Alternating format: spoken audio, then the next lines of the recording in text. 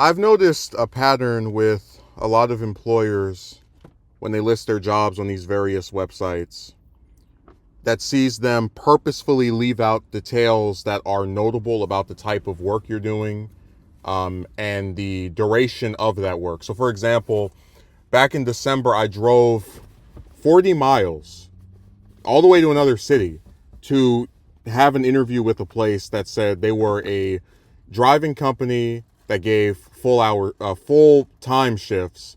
And this appealed to me because this is like around the time that my current, job of the past year started to really barely use me.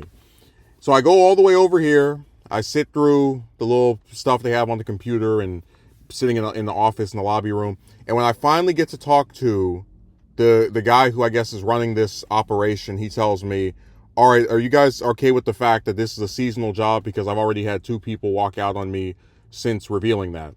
So he had along with the rest of his stupid company, had lured someone there, and others, as myself included, with the belief that they were going to get hired for a full-time permanent position, but then in their job listing left out that it was seasonal. There was no mention anywhere in there of it being something you're only doing for a month or 6 weeks or 7 weeks, however long it is, before they, cut the umbilical cord and have you out job hunting again. And I started to play ball with them, but what ended up happening is that with a lot of these jobs, they have you go through like 500 different pre-screenings and tests. And basically, I said it wouldn't make any sense for me to go through all of this testing just to only be able to work for like 2 weeks, 3 weeks, and have to start all over again with somewhere else. So I just said forget it. But another example of that would be when I went to this one, and it's, I don't know what it is about these driving jobs. They love doing this, but there was another place where I went there for, they had full-time and part-time positions. And this is right around when my current job started to like play games with hours, like just started having like really unstable, schedules where one week you could have 20 hours, the next one you could have like 5 or some other, just completely reduced number. So I go in there and I'm talking to the manager there, and he tells me, because this listing again, full-time and part-time positions they said they were looking for.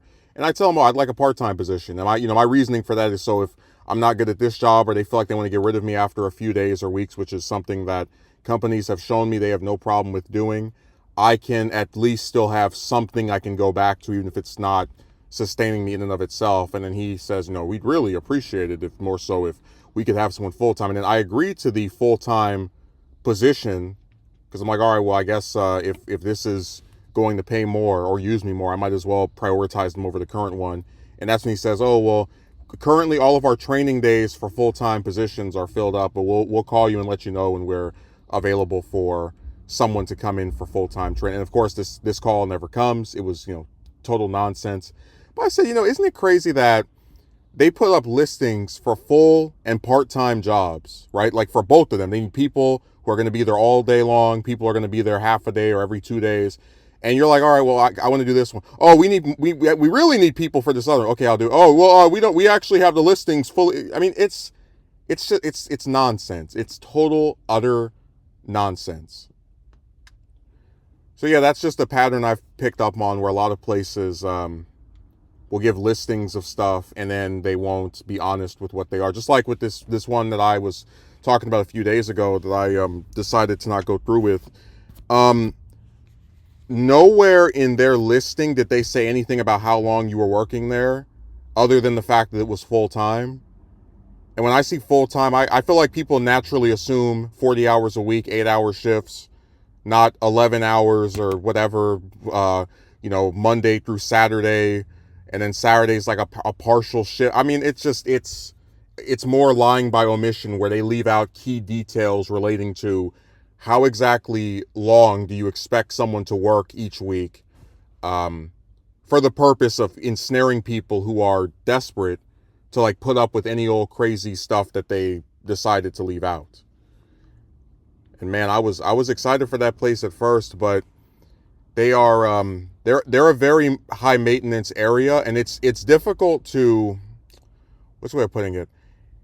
it's hard to appear a certain way with jobs where it's like all encompassing of your week. Like, for example, if I work a 9 to 5, I feel like if I get off at 5, I have enough time to prepare for the next day, right? You've got all of the late afternoon and evening, and technically early morning as well. When you're talking about working somewhere where it's from 9 in the morning to 8 o'clock at night, um, and they want you to wear this and look like it, I don't think you reasonably have enough time to accommodate them, because they're already damn near stretching into the next day, in terms of just how many hours you're there.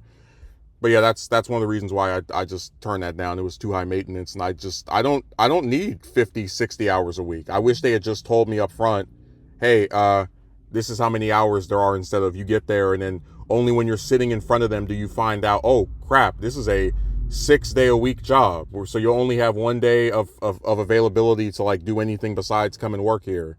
Yay. But that's why I said in the video, it's two extremes. You either have places where they won't barely give you any hours, or you have places where they'll give you so much that you don't have any life outside of working there, and neither one is all that exciting to me.